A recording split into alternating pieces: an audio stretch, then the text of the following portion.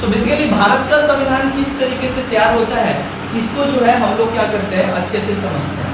सबसे पहले जैसे तुम लोगों को पता है कि जब इलेक्शन होता है कॉन्स्टिट्यूंट असेंबली का, तो सारे मेंबर आते हैं और आने के बाद क्या होता है, 9 दिसंबर को एक बैठक होता है ना, 9 दिसंबर को एक बैठक होता है और इस बैठक को कहा जाता है संविधान सभा की पहला बैठक। मतलब संविधान को बनाने को लेकर जो है ये पहला बैठक किया गया था। और ये बैठक कब किया गया, ये बैठक सबसे पहले किया गया तुम्हारा 9 दिसंबर 1946। 9 दिसंबर 1946 में क्या होता है कि जब इलेक्शन जीत के आता है कांग्रेस पार्टी और मुस्लिम लीग पार्टी, तो तुमको पता है कि कांग्रेस पार्टी का ज्यादा सीट होता है, 208 सीट होता है और मुस्लिम लीग का कितना होता है, 73। सो मुस्लिम लीग का कम होने के कारण क्या होता है, ये जब 9 दिसंबर में जब मुस्लिम लीग देखता है कि हमारा संसद में मतलब संविधान सभा में जो संख्या है वो कम है, और संख्या कम होने का मतलब होता है कि हम कोई भी जो है बिल को जो है ना हम लोग पास कर सकते हैं और नहीं हम चेंज कर सकते, क्योंकि ज्यादा सीट किसको है, कांग्रेस पार्टी को है। 9 दिसंबर के बाद 11 दिसंबर में जो है एक और मीटिंग होता है, बट 9 दिसंबर में जो पहला मीटिंग होता है, इस मीटिंग में देखा जाता है कि ये जो इतना सारे जो मेंबर चुन किया है, अब सभी लोग को जो है अपना टाइम दिया जाए, सभी को अपना अपना एरिया से आए हैं चुनकर, उनको बोलने का टाइम दिया जाए कि किस तरीके से वो संविधान को बनाना चाहते हैं और उनका क्या विचार है संविधान बनाने। तो इसके लिए क्या किया गया, जितने लोग चुन कर आए तो कॉन्स्टिट्यूंट असेंबली का प्रेसिडेंट बनाएगा। प्रेसिडेंट का मतलब होता है जो बेसिकली क्या करेगा, इस सभा को चलाएगा। देखोगे एक सभा का क्या होता है, अध्यक्ष होती है, और वो अध्यक्ष क्या होता है, उसको चलाएगा। इसको लेके इन सभी पेपर में से जो है सबसे ज्यादा जो एक्सपीरियंस व्यक्ति थे उनका नाम क्या था, सबसे एक्सपीरियंस होता है डॉक्टर सच्चिदानंद सिन्हा, और डॉक्टर सच्चिदानंद सिन्हा को अपॉइंट किया जाता है as a president of the constituent assembly. Constituent assembly का अध्यक्ष बनाया जाता है केवल 9 तारीख के लिए, 9 तारीख के बैठक को चलाने के लिए। बाकी उसके बाद क्या होता है कि जैसे ही 11 तारीख को दूसरा बैठक आता है, इसमें 2 चीज चेंज होता है। पहला, अब बोला जाता है कि जो कॉन्स्टिट्यूंट असेंबली जो चुन कर आया, जो संविधान को बनाएगा और संविधान का लिखने का जिम्मेवारी दिया गया, सो ये जब तक संविधान नहीं लिखा जाए तब तक तो इसका मीटिंग चलाना पड़ेगा, और मीटिंग चलाने के लिए कोई इस सभा का क्या होना चाहिए, अध्यक्ष होना चाहिए। और ये अध्यक्ष यहाँ पे क्या किया गया, 11 दिसंबर को इन्हीं सभी पेपर में जो लोग चुन कर आए थे उन्हीं में से इलेक्शन करवाया गया, और सबसे ज्यादा वोट किसको मिला, अध्यक्ष पद चुनने के लिए डॉक्टर राजेंद्र प्रसाद। किसको मिलता है, डॉक्टर राजेंद्र प्रसाद, और डॉक्टर राजेंद्र प्रसाद बन जाते हैं प्रेसिडेंट। फिर बोला जाता है कि भाई डॉक्टर राजेंद्र प्रसाद जब कभी नहीं रहेंगे संविधान सभा, जब संविधान सभा के बैठक में जब कभी उपस्थित नहीं रहेंगे तो क्या संविधान सभा का बैठक चलेगा नहीं, बंद रहेगा। तो बोला गया कि नहीं, उनके नहीं रहने के बावजूद भी 2 उपाध्यक्ष पद बनाया जाएगा, जो बेसिकली क्या होगा, उनके नहीं रहने के बाद जो है वो संविधान सभा को क्या करेंगे, चलाने का काम करेंगे। तो 2 व्यक्ति को बनाया जाता है। एक व्यक्ति का नाम क्या था, एस.सी. मुखर्जी, और एक का नाम था के.टी. कृष्णा मेंचेती, राइट। एक का नाम था एस.सी. मुखर्जी, एक का नाम था एस.सी. मुखर्जी, ये लोग थे डेप्यूटी प्रेसिडेंट, और एक को बनाया गया था के.टी. कृष्णा मेंचेती, है ना, के.टी. कृष्णा मेंचेती। 2 व्यक्ति को बनाया गया था कि अगर कभी अध्यक्ष नहीं रहेंगे तो उनके जगह पे ये लोग जो है अध्यक्ष बनके इस संविधान सभा के बैठक को क्या करेगा, आगे बढ़ाएगा और चलाएगा। उसके बाद जो है 13 दिसंबर को क्या होता है, finally 1946 is a very historical date. ये भारत के इतिहास में और भारत के संविधान बनाने में जो है सबसे इंपॉर्टेंट जो है एक महत्वपूर्ण तारीख है 13 दिसंबर 1946, जहां पे नेहरू क्या करते हैं, एक प्रपोजल लाते हैं, जिस प्रपोजल को कहा जाता है ऑब्जेक्टिव रिजोल्यूशन। क्या कहा जाता है, ऑब्जेक्टिव रिजोल्यूशन। और ये ऑब्जेक्टिव रिजोल्यूशन को आज कहा जाता है प्रीएम्बल। क्या कहा जाता है, आज कहा जाता है प्रीएम्बल। ऑब्जेक्टिव रिजोल्यूशन मतलब बेसिकली उद्देश्य विकल्प, और प्रीएम्बल का मतलब होता है प्रस्ताव। ये था क्या, इसको समझते हैं। ये जो ऑब्जेक्टिव रिजोल्यूशन जो नेहरू के द्वारा 13 तारीख को संविधान सभा में रखा गया, ये एक्चुअली था कि जो भारत का जो संविधान बनाया जाएगा वो भारत का संविधान कैसे बनाया जाएगा, और किस आधार पे बनाया जाएगा, मतलब what is the basic structure and basic pillars of Indian constitution. जो भारत का संविधान जो हम बनाने वाले हैं वो कैसा बनाने वाले हैं और क्या क्या चीज के आधार पे हम लोग इस संविधान को बनाएंगे। मतलब इसको कहा जाता है objective resolution is the blueprint of Indian constitution. ये भारत के संविधान का एक क्या ब्लूप्रिंट है। ब्लूप्रिंट का मतलब होता है घर बनने से पहले देखोगे एक मैप बन जाता है कि यहाँ पे ये रहेगा, यहाँ पे ये रहेगा, यहाँ पे ये रहेगा। उसी तरीके से संविधान बनाने से पहले संविधान का रूपरेखा तैयार करके लाए थे कौन, नेहरू, कि इसी आधार पे जो है संविधान जो है हमारा हम लोग को बनाना है ना, ताकि इजी हो जाएगा कि हाँ चलो इस आधार पर हम लोग को संविधान बनाना है। और इसमें बहुत कुछ जोड़ा भी गया है, जैसे कि हमारा बोला गया कि सभी लोगों को न्याय दिया जाएगा, सभी लोगों को स्वतंत्रता दिया जाएगा, सभी लोगों को समानता का अधिकार दिया जाएगा, डेमोक्रेसी होगा, धर्मनिरपेक्ष देश होगा। ये सब कुछ जो है ऑब्जेक्टिव रिजोल्यूशन में था। जो भारत का संविधान बनता है उसका बेस क्या होगा, उसका बेसिक फिलॉसफी क्या होगा, है ना, बेसिक फिलॉसफी और बेसिक स्ट्रक्चर और बेसिक पिलर क्या होगा, ये ऑब्जेक्टिव रिजोल्यूशन में मेंशन था, जो कि 13 दिसंबर को नेहरू लाकर क्या करते इसमें पेश करते। और पेश करने के बाद क्या होता है यहाँ पे फाइनली इसके ऊपर डिबेट होने लगता है और इसी के आधार पे जो है भारत का संविधान तैयार किया जाता है। इसके बाद भारत का संविधान तैयार करने के लिए जो है कुछ कमेटी बनाया गया। कॉन्स्टिट्यूएंट असेंबली जो है ये देखा कि भाई भारत का संविधान बनाना तो छोटा मोटा काम नहीं है ना, एक पेज का लिखने वाला काम नहीं है भाई। संविधान बनाना मतलब देश का पूरा भविष्य लिखना कि देश को फ्यूचर में कैसे चलाया जाएगा, क्योंकि संविधान बार बार नहीं लिखा जाता, संविधान एक बार लिखा जाता है और उसी के आधार पर पूरे हमेशा हमेशा के लिए क्या होता है उसी के पैटर्न के आधार पर देश को चलाया जाता है। तो इसीलिए संविधान को बारीकी से लिखना पड़ता है, सोच समझ कर फ्यूचर के बारे में लिखना पड़ता है, ताकि देश का उन्नति हो और देश का क्या हो विकास हो और सभी लोगों का क्या हो मतलब कल्याण हो। तो बेसिकली क्या होता है, कॉन्स्टिट्यूएंट असेंबली भारत के संविधान को बनाने के लिए 8 गो कमेटी बनाता है। कॉन्स्टिट्यूएंट असेंबली क्या करता है 8 मतलब 8 कमेटी क्या करता है बनाता है और जिसको काम देता है टू फ्रेम द कॉन्स्टिट्यूशन, मतलब संविधान का कामकाज के लिए और संविधान को बनाने के लिए संविधान सभा कितना कमेटी को बनाता है 8 गो समिति को बनाता है और कुछ माइनर कमेटी को बनाता है। माइनर कमेटी को बनाता है मतलब कुछ एक कमेटी और कुछ माइनर कमेटी। माइनर मतलब कुछ बड़ा कमेटी कुछ छोटा कमेटी को बनाता है और सब कमेटी को जो है अलग अलग काम दे दिया कि तुम्हारा काम ये है, तुम्हारा काम लिखने का है, तुम्हारा काम पढ़ने का है, तुम्हारा काम एनालिसिस करने का है, तुम्हारा काम जाकर कॉन्स्टिट्यूएंट असेंबली में जो है डिबेट करवाने का है। तो ये सभी कमेटी के जितने भी लोग थे उनको अलग अलग काम दे दिया गया। इसी कमेटी में सबसे इंपॉर्टेंट कमेटी क्या था, ड्राफ्टिंग। क्या था, ड्राफ्टिंग कमेटी। कौन सा कमेटी था, ड्राफ्टिंग कमेटी। और इस कमेटी को हिंदी में कहा जाता है प्रारूप समिति। ये जो ड्राफ्टिंग कमेटी था नाम से ही समझ में आ रहा है इसका काम क्या था। ड्राफ्टिंग कमेटी का मतलब इसका मेन काम था, the main objective of the drafting committee to draft the constitution. Bharat के संविधान को लिखने का काम था ड्राफ्टिंग कमेटी का, मतलब प्रारूप समिति को काम दिया गया था संविधान को लिखने का। और ये इसका चेयरमैन किसको बनाया गया था, बी आर अम्बेडकर। किसको बनाया गया था, B R Ambedkar. B R Ambedkar हमारे भारत के संविधान निर्माता कहा जाता है, इनको संविधान का पिता कहा जाता है। बी आर अम्बेडकर दलितों के सबसे बड़े नेता थे और दलितों के सबसे बड़े नेता ही नहीं थे बल्कि भारत के उस समय का सबसे ज्यादा लॉ के ज्ञानी थे। That means he was a constitutional expert and the legal expert. ये कॉन्स्टिट्यूशनल एक्सपर्ट के साथ साथ लीगल एक्सपर्ट है। लीगल का मतलब होता है कानूनी एक्सपर्ट है, कानून के बारे में बहुत जानते थे। और कॉन्स्टिट्यूशनल एक्सपर्ट का मतलब क्या होता है, संवैधानिक, संविधान का भी बहुत ज्यादा क्या थे, एक्सपर्ट थे, बहुत इनको जानकारी था।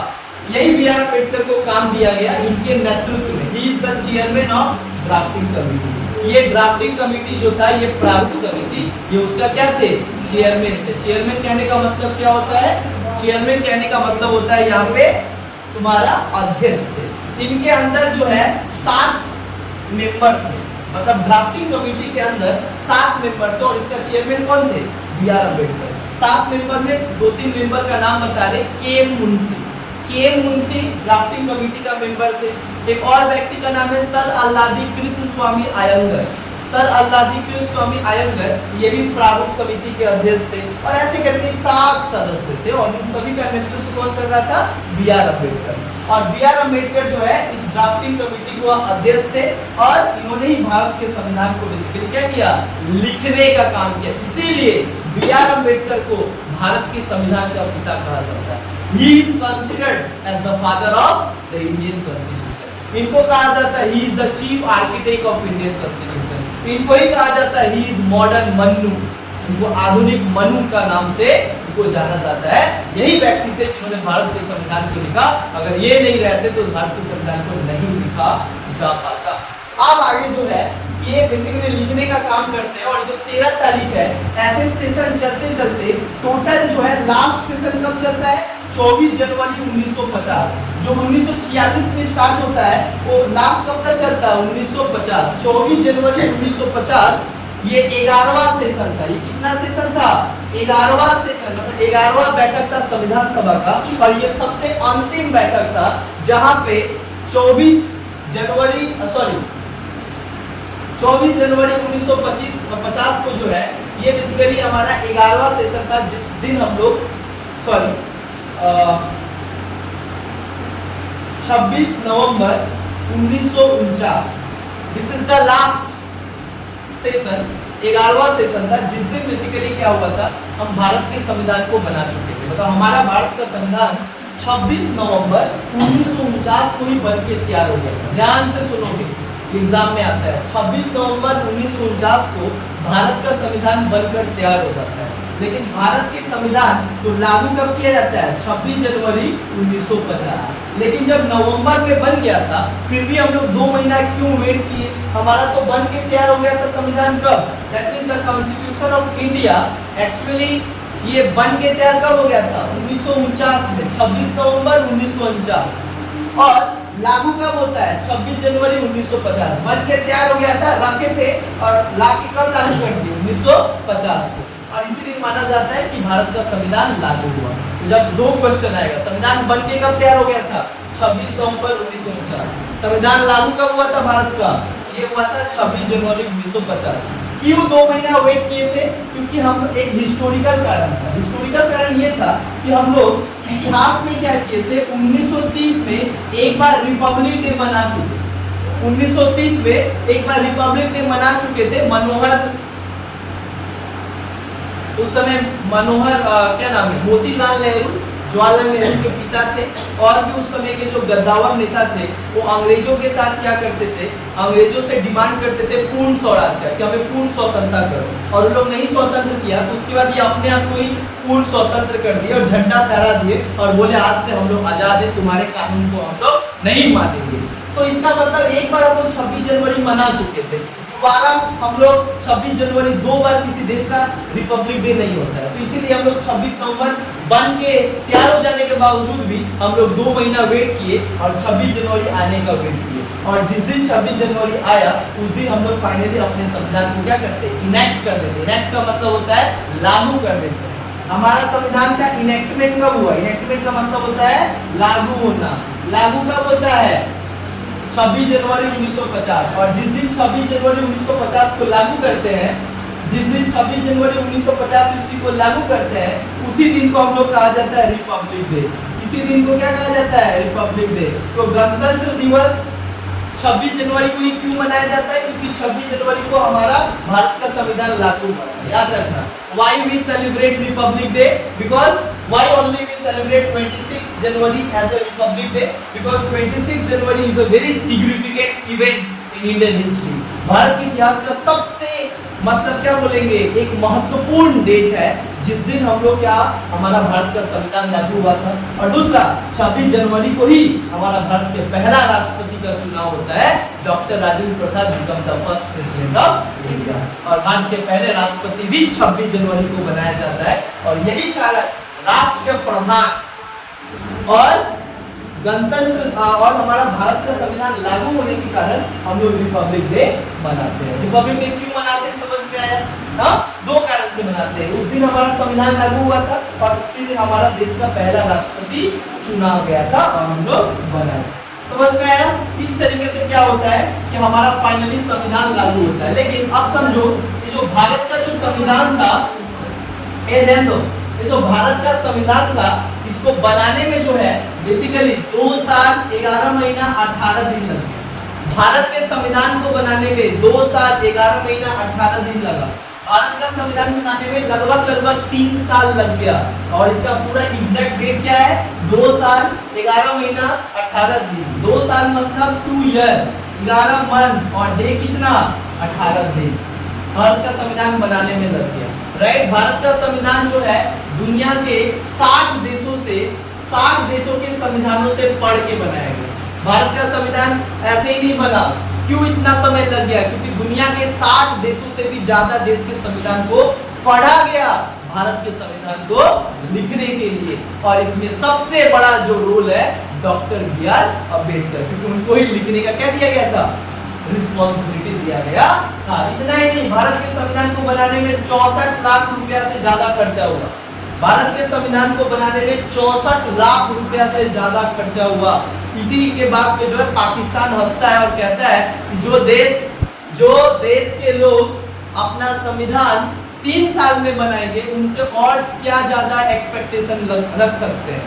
लेकिन आज भले हम 3 साल लग गया हमारा संविधान बनाने में, लेकिन आज हमारा देश जो है ग्रो कर रहा है, आगे बढ़ रहा है, दुनिया के 5वां सबसे बड़ा अर्थनीति का देश बन गया है, जबकि तुम्हारा देश जो है भूख से चावल खाने के लिए रो रहा है। तो जो देश एक समय हमारा संविधान जब इतना समय लगा बनाने में तो हंसा, आज वही देश कहाँ है? एक चीज जो है हम लोग यहाँ पे बार बार कहते हैं कि भारत का जो संविधान है 64 लाख। अच्छा, जब भारत का संविधान बना फाइनली जब भारत का संविधान बना, तो भारत का संविधान में क्या क्या है? 3 चीज है, याद रखना। भारत के संविधान में आर्टिकल का मतलब होता है अनुच्छेद। भारत के संविधान जब बना तो कितना अनुच्छेद था? 395। उसके बाद पार्ट, कितना भाग था? 22 पार्ट था। शेड्यूल, कितना शेड्यूल था? मात्र 8 शेड्यूल था। लेकिन आज ये 395, 22 और 8 कब क्या था? 1950 जब भारत का संविधान बना। लेकिन आज 2025 चल रहा है। आज अगर तुमसे पूछे कि भारत का संविधान में कितना अनुच्छेद है तो 470 से ज्यादा है। आज कितना पार्ट है? तो आज 25 पार्ट है। आज कितना शेड्यूल है? तो आज 12 शेड्यूल है ना। संविधान में 3 चीज होता है, अनुच्छेद, भाग, सूची। जब बना था तो 395 अनुच्छेद था, भाग कितना था? 22 भाग था, सूची कितना था? 8 था।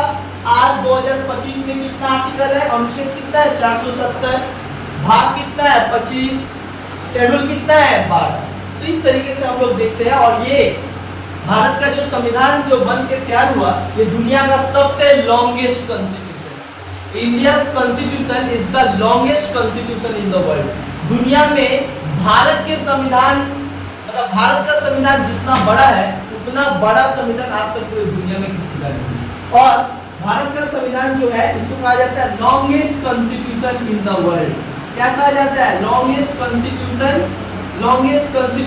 Of the world. दुनिया का सबसे बड़ा, सबसे लेंथीएस्ट रिटेन कॉन्स्टिट्यूशन है।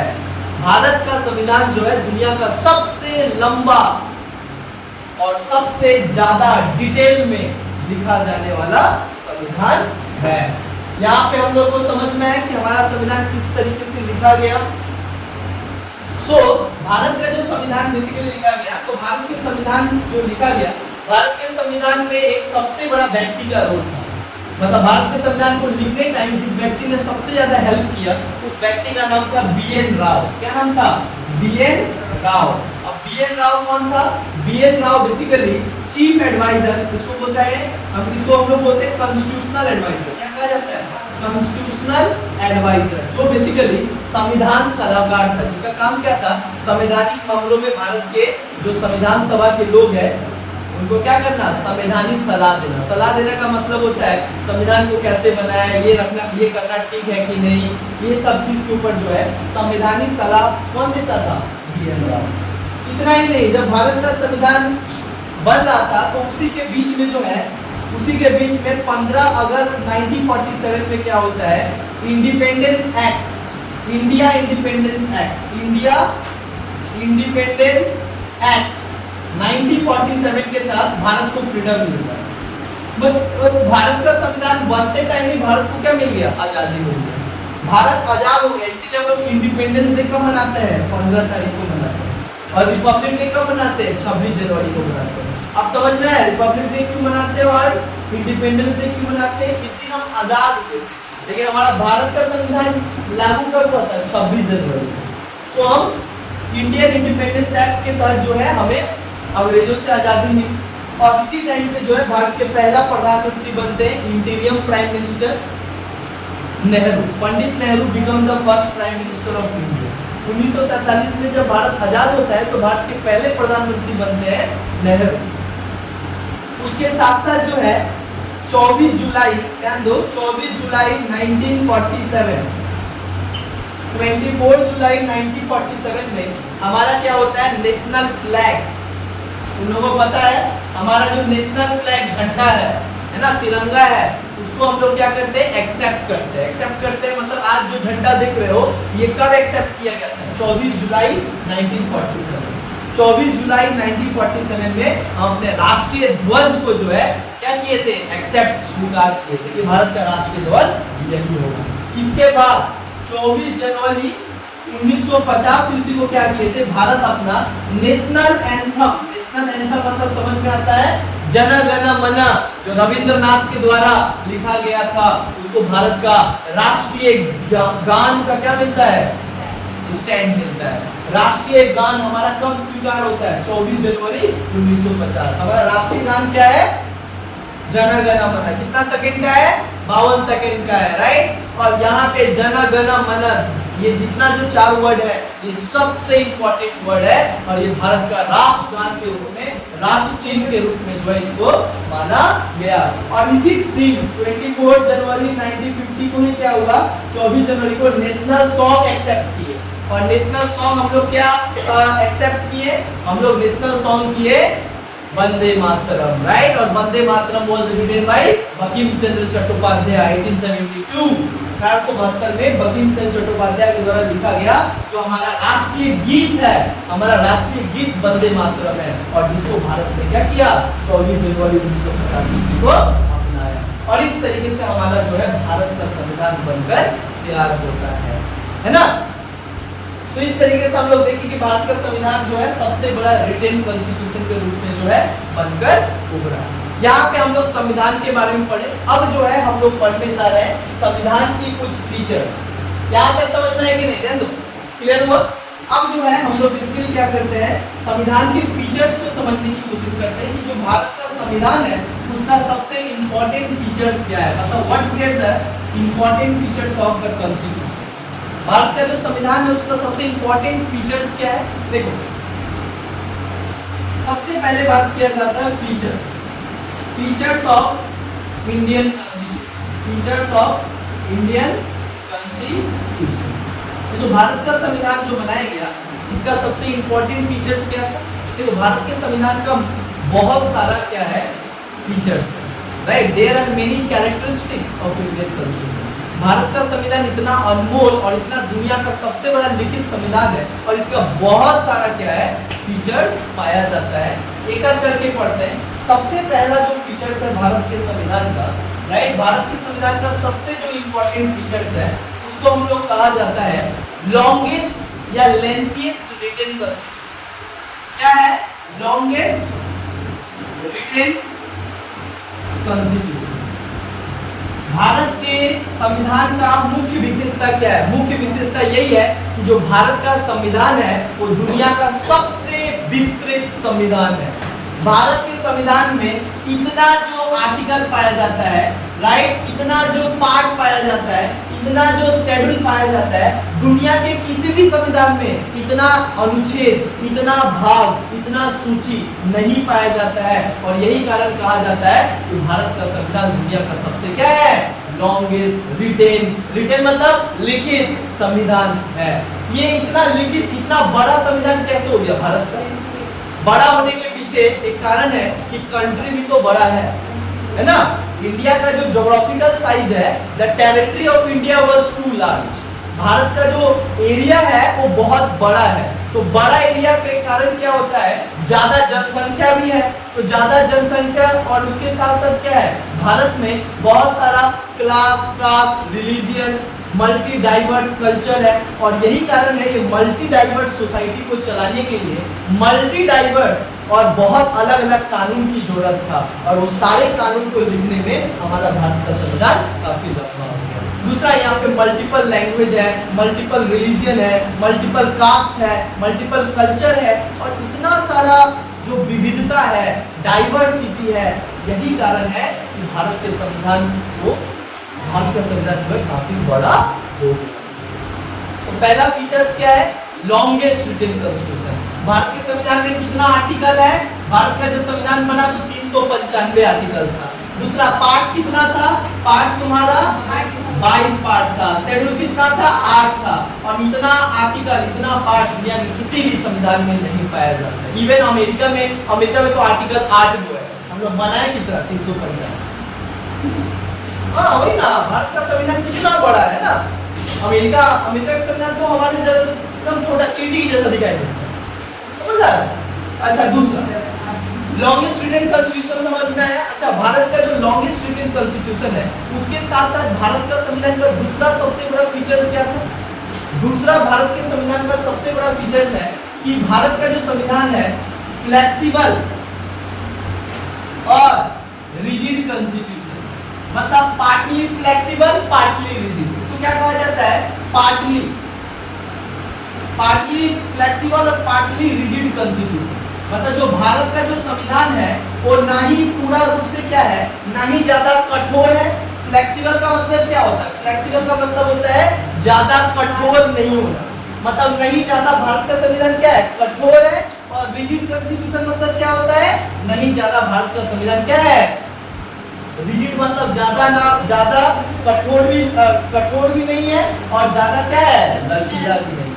मतलब पार्टली फ्लेक्सिबल, पार्टली रिजिड। मतलब भारत के संविधान का खासियत क्या है कि ये अमेरिका के, ध्यान दोगे, अमेरिका का जो कॉन्स्टिट्यूशन है उसके जैसा रिजिड नहीं है। किसके जैसा रिजिड नहीं है? अमेरिका का जो कॉन्स्टिट्यूशन है वो प्योर रिजिड है। प्योर रिजिड मतलब, रिजिड मतलब क्या होता है, जहां पे अमेंडमेंट लाना, संविधान में परिवर्तन करना एक बहुत जटिल प्रक्रिया है। और जहां पे आसानी से संविधान में परिवर्तन नहीं किया जा सकता है, वैसे संविधान को कहा जाता है रिजिड कॉन्स्टिट्यूशन। और इसका बेस्ट एग्जांपल कौन है? American constitution. भारत का संविधान अमेरिका की तरह इतना कठोर नहीं है कि चेंजेस लाने में पूरा एकदम पसीना निकल जाए, इतना भी ऐसा बात नहीं है। और दूसरा क्या है, फ्लेक्सिबल। फ्लेक्सिबल मतलब लचीला, कमजोर। और ब्रिटेन, सबसे लचीला संविधान किसके पास है? ब्रिटेन। बट हमारा संविधान ब्रिटेन की तरफ इतना भी लचीला नहीं है जहां आसानी से परिवर्तन हो, है ना। मतलब क्या है, पार्टली रिजिड, पार्टली फ्लेक्सिबल। मतलब फ्लेक्सिबल के साथ साथ कठोर भी है। नहीं ज्यादा कठोर संविधान है भारत का और नहीं ज्यादा कमजोर या लचीला संविधान है। क्यों? क्योंकि भारत का जो है आर्टिकल 359 बोलता है कि भारत के संविधान में 3 तरीके से चेंजेस किया जा सकता है। 3 तरीके का मतलब, एक सिंपल मेथड है, सिंपल मेथड मतलब ब्रिटेन की तरह। एक दूसरा क्या है, सिंपल मेथड के जरिए चेंज कर सकते हैं। दूसरा मेथड क्या है, स्पेशल मेथड। क्या है? स्पेशल मेजॉरिटी या स्पेशल मेथड, मतलब स्पेशल मेथड चाहिए उसको चेंज करने के लिए। कुछ भारत का कुछ भाग या भारत का संविधान में कुछ चीज सामान्य मेजॉरिटी से चेंज कर सकते हैं, मतलब सिंपल मेजॉरिटी से, सिंपल मेथड से, साधारण तरीके से। बट कुछ चीज जो है, कुछ चीज को चेंज करने के लिए क्या चाहिए, स्पेशल मेथड चाहिए। और कुछ चीज को चेंज करने के लिए special method plus half of state, half of state मतलब स्पेशल मेजोरिटी चाहिए, 2/3 मेजोरिटी चाहिए, और उसके साथ साथ सारे राज्यों का आधा सपोर्ट चाहिए, है ना। मतलब क्या है, नहीं ज्यादा अमेरिका की तरह उतना कठोर है और नहीं ज्यादा अमेरिका की तरह कमजोर है। ये क्या है, एकदम मिडिल में है, neither rigid neither flexible, it is a synthesis of both. अच्छा समझ में आया। दूसरा फीचर समझ में आया, पार्टली फ्लेक्सिबल पार्टली रिजिड, मतलब नहीं ज्यादा कमजोर है नहीं ज्यादा कठोर है। तीसरा भारत के संविधान का सबसे मुख्य विशेषता क्या है, ध्यान दो। तीसरा भारत के संविधान का मुख्य विशेषता क्या है, सोर्सेस ऑफ कॉन्स्टिट्यूशन, ध्यान दो। ये जानना बहुत जरूरी है कि भारत का जो संविधान है ये एक्चुअली बना कहां से, मतलब सोर्सेस ऑफ कॉन्स्टिट्यूशन। ये जो भारत का जो इतना बड़ा संविधान बना, दुनिया का सबसे बड़ा संविधान, एक्चुअल में भारत का संविधान बनाने का मूल स्रोत क्या है ना, what are the main source of the constitution. संविधान बनाने का सबसे मुख्य स्रोत क्या था जिससे भारत के संविधान बनाया गया। तो जैसे कि तुमको बताया, भारत का संविधान बनाने के लिए 60 देशों का संविधान को पढ़ा गया।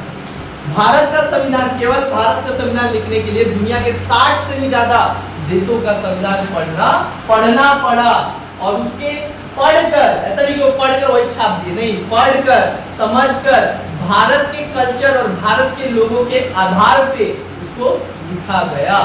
तो क्या क्या सोर्स है, कहां से हम लोग आइडिया लिए भारत के संविधान को लिखने के लिए, और कौन कौन सा चीज कहां से लिए। देखो सबसे पहले भारत का संविधान को लिखने के लिए जो है, सबसे पहले जो है हम लोग कहां से, गवर्नमेंट ऑफ इंडियन है, गवर्नमेंट ऑफ इंडियन एक्ट 1935, याद रखना। 1935 ईस्वी का जो भारत सरकार अधिनियम है, उससे जो है भारत का आधा संविधान, जो भारत का पूरा government of Indian act 1935 is the primary source of Indian constitution. Bharat के संविधान को लिखने में सबसे बड़ा जिस एक्ट का सहायता लिया गया, उस एक्ट का नाम क्या था, भारत सरकार अधिनियम 1935। और भारत सरकार अधिनियम 1935 से हम लोग भारत के संविधान में क्या क्या जोड़े हैं, देखो सुनो, ये जो भारत का जो हम लोग का संविधान है ना, उसमें बहुत कुछ चीज इस एक्ट से चुराई गई, कॉपी कर दी। क्या क्या चुरा है, पहला इंटीग्रेटेड जुडिशरी, इंटीग्रेटेड जुडिशरी। आज हमारा जो जुडिशरी का सिस्टम है ना, supreme court, high court, district court, ये इसी एक्ट में। दूसरा गवर्नर, आज गवर्नर का पोस्ट देखते हैं ना, हर स्टेट में गवर्नर होता है ना, और वो ब्रिटिश सरकार के टाइम पे था, ब्रिटिश गवर्नमेंट ऑफ इंडिया है, इसी में था, वहां से चुरा लिए। उसके बाद क्या है, इंटीग्रेटेड जुडिशरी चुरा लिए, गवर्नर, इमरजेंसी प्रोविजन।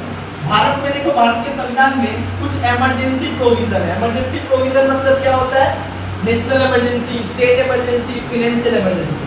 देश कभी आपातकाल में आ जाए तो उस समय कुछ स्पेशल पावर है देश के पास, है ना। तो ये सब कुछ जो है बेसिकली हम लोग कहां से लेते हैं, गवर्नमेंट ऑफ इंडिया है, और इसको कहा जाता है भारत के संविधान का सबसे मोस्ट इंपॉर्टेंट सोर्स, क्योंकि भारत का ज्यादातर जो भारत का संविधान के जो संविधान निर्माता थे वो कहां से आइडिया लिए थे, कहां से सारी चीज कॉपी किए थे, government of Indian act, clear, government of Indian act, और कुछ कुछ देशों के साथ लिए थे। अच्छा, अमेरिका के संविधान से हम लोग क्या क्या चुराए थे, अमेरिका के संविधान से हम लोग कुछ चुराए थे, जैसे कि सबसे पहला अमेरिका के संविधान से हम लोग क्या लिए थे, फंडामेंटल राइट्स, एफआर लिख दे रहे हैं, फंडामेंटल राइट्स, है ना, फंडामेंटल राइट्स। दूसरा वाइस प्रेसिडेंट का पोस्ट कहां से लिए थे हम लोग, अमेरिका से ही लिए थे, वाइस प्रेसिडेंट, समझ में आ रहा, फंडामेंटल राइट, वाइस प्रेसिडेंट, ये सब कहां से हम लोग चुराए थे, अमेरिका के बाद जो है इरिस, एक देश है इरिस के संविधान से क्या लिए थे, डीपीएसपी पढ़ाए थे ना, directive principles of state policy, तुम लोग नहीं पढ़ाए थे, DPSP, directive principles of state policy जो था वो बेसिकली कहां से लिया गया था, इरिस देश से लिया गया था, इरिस कॉन्स्टिट्यूशन। उसके बाद रसिया के देश से कौन सा लिए थे, मतलब रसिया के संविधान से क्या चुराया था हमारे भारत के संविधान निर्माता, वहां से चुराए थे ये लोग फंडामेंटल ड्यूटी, क्या चुराए थे, फंडामेंटल ड्यूटी। मतलब ये क्या है, अलग अलग, इसी तरीके से दुनिया के 60 अलग अलग देशों से अलग अलग चीज दी है। और एक देश का नाम बता दे रहे, कनाडा से हम लोग क्या लिए थे, कनाडा के संविधान से हम लोग लिए थे strong centre, strong centre with strong centre with federal government, strong centre with federal government, strong centre with federal government. समझ में आया? यूके, ब्रिटेन से क्या लेते हैं? Parliamentary system, parliamentary system. Britain से क्या लेते हैं? पार्लियामेंट्री सिस्टम, कैबिनेट सिस्टम, ज्यादातर तो ब्रिटेन से ही लिया गया। तो ये सारा सोर्स हो गया, मतलब भारत का जो संविधान बन के तैयार हुआ आज, ये बेसिकली इन सारे जगह से अलग अलग चीज को लेकर भारत के संविधान को क्या किया गया है? फाइनली लिखा गया। Parliamentary system, cabinet system, parliamentary मतलब संसदीय प्रणाली, कैबिनेट मिनिस्टर सिस्टम, ये सब कुछ हम लोग वहां से लिए। कहां से लिए हैं? ब्रिटेन से। समझ में आया यहाँ तक ना? चलो आगे। ये हम लोग तीसरा सबसे इंपॉर्टेंट इसका फीचर समझे कि भारत के संविधान का तीसरा सबसे इंपॉर्टेंट फीचर्स क्या है। अब चौथा सबसे इंपॉर्टेंट फीचर्स क्या है भारत के संविधान का? Strong centre. क्या है? Strong centre with federal government, federal government मतलब क्या है? भारत सरकार जो है, सुनो ध्यान दो, strong centre with federal government, this is the fourth most important source of Indian constitution. Bharat के संविधान का जो चौथा सबसे मुख्य विशेषता है वो यही है कि संघात्मक सरकार होने के बावजूद भी राइट केंद्रीय नियंत्रण अधिक है। मतलब स्ट्रॉन्ग सेंटर, मतलब बोला जाता है strong centre with federal government. इसका मतलब होता है हम लोग फेडरल सिस्टम को अपनाते हैं। फेडरल सिस्टम मतलब क्या होता है? फेडरल सिस्टम मतलब ये देश है भारत, यहाँ पे सेंट्रल गवर्नमेंट है और यहाँ पे हर एक स्टेट का अपना स्टेट गवर्नमेंट। तो स्टेट गवर्नमेंट और सेंट्रल गवर्नमेंट में पावर बटा हुआ है। सेंट्रल गवर्नमेंट का हेड होता है प्राइम मिनिस्टर, स्टेट गवर्नमेंट का हेड होता है चीफ मिनिस्टर। दोनों के पास कुछ पावर होता है। तो इस तरीके से हम लोग ये सिस्टम को अपनाया जहाँ पे जो देश का सारा शक्ति है वो दो भागों में बटा हुआ है, केंद्र सरकार, राज्य सरकार। लेकिन उसके बावजूद भी शक्ति तो बटा हुआ है, लेकिन ज्यादा शक्ति किसको दिया गया है? केंद्र सरकार, है ना?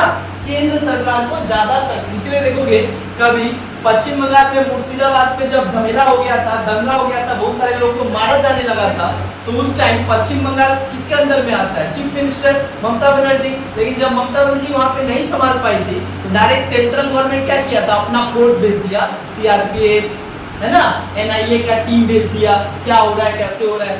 यही होता है special power given to centre with state. State को भी पावर है, मतलब शक्ति बटा हुआ है, लेकिन ज्यादा शक्ति किसके पास है?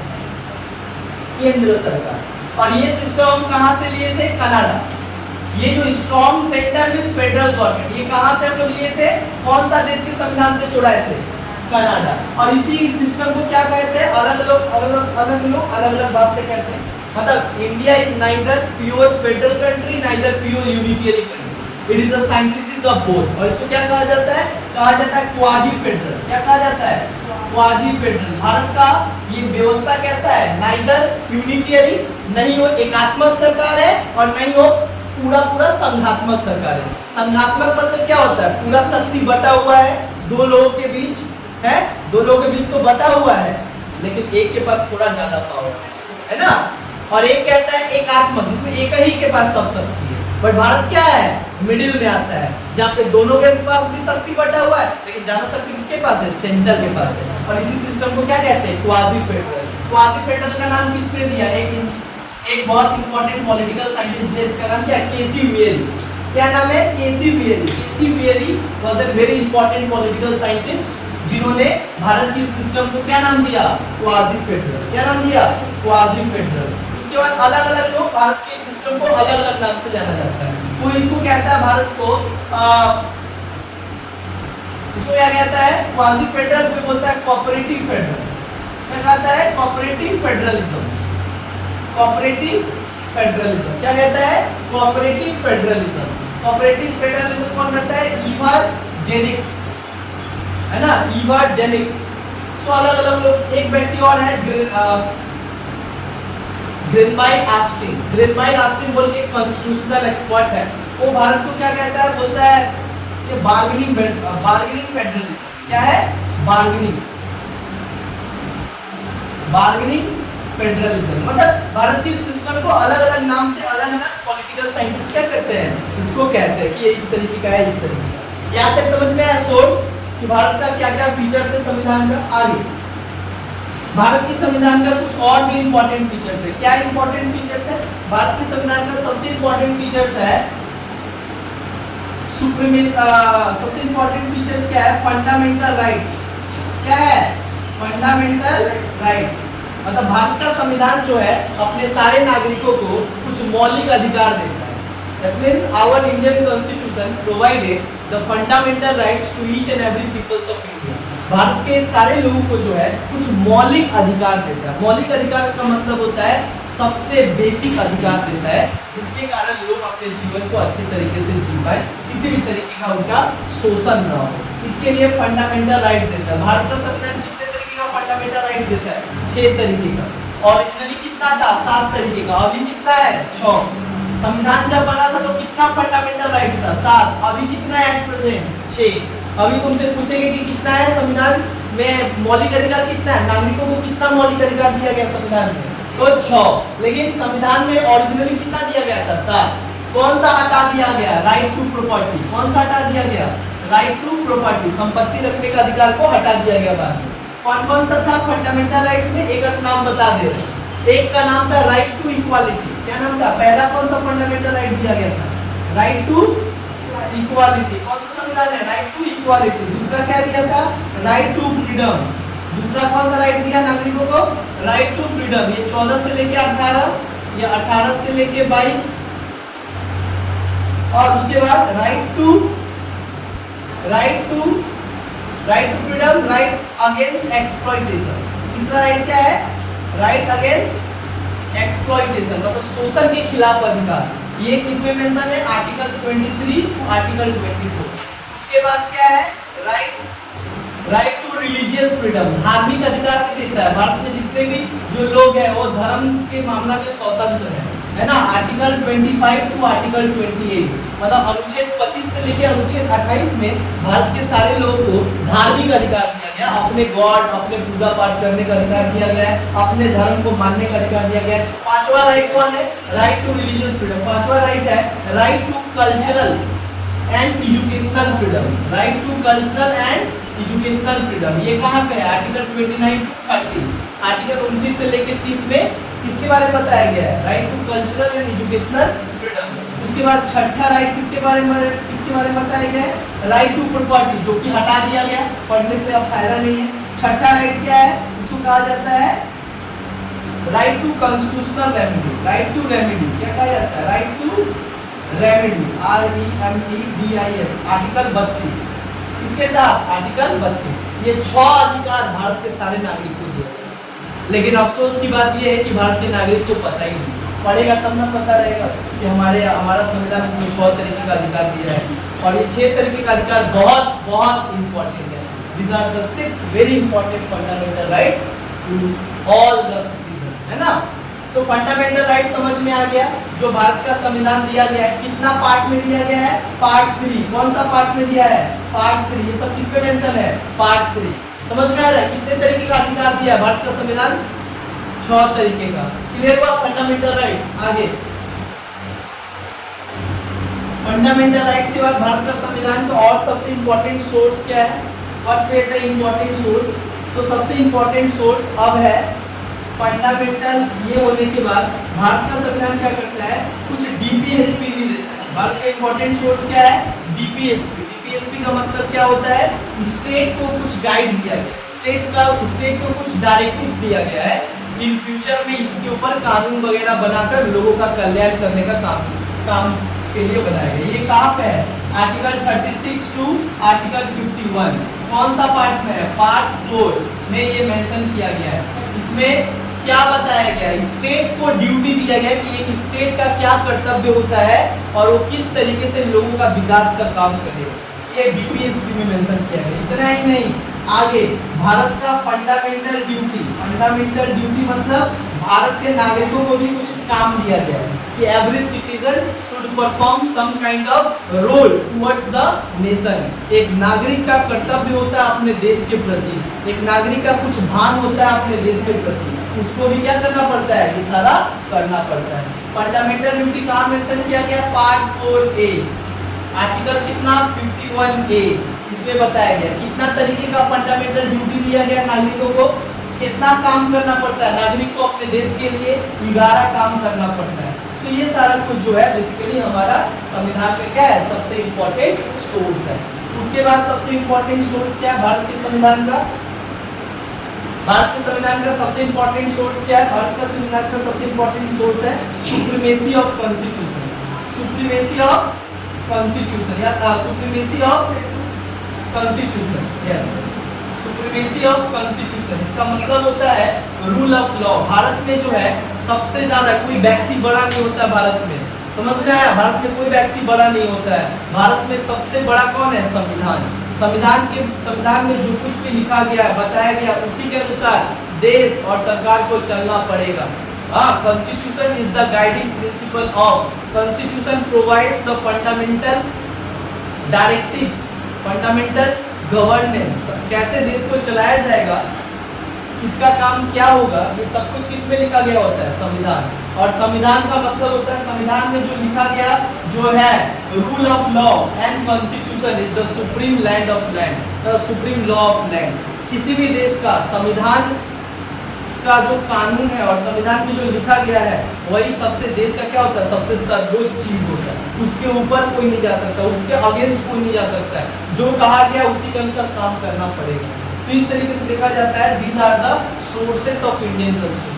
ये भारत के क्या है, सबसे मुख्य क्या है, भारत का सोर्सेस है, भारत का संविधान का मुख्य स्रोत है, जिसके ये सब हमारा भारत का क्राइटेरिया और फीचर है, समझ में आ रहा है। और इसी बल पे भारत जो है दुनिया का सबसे लंबा संविधान है ना, सबसे बड़ा संविधान।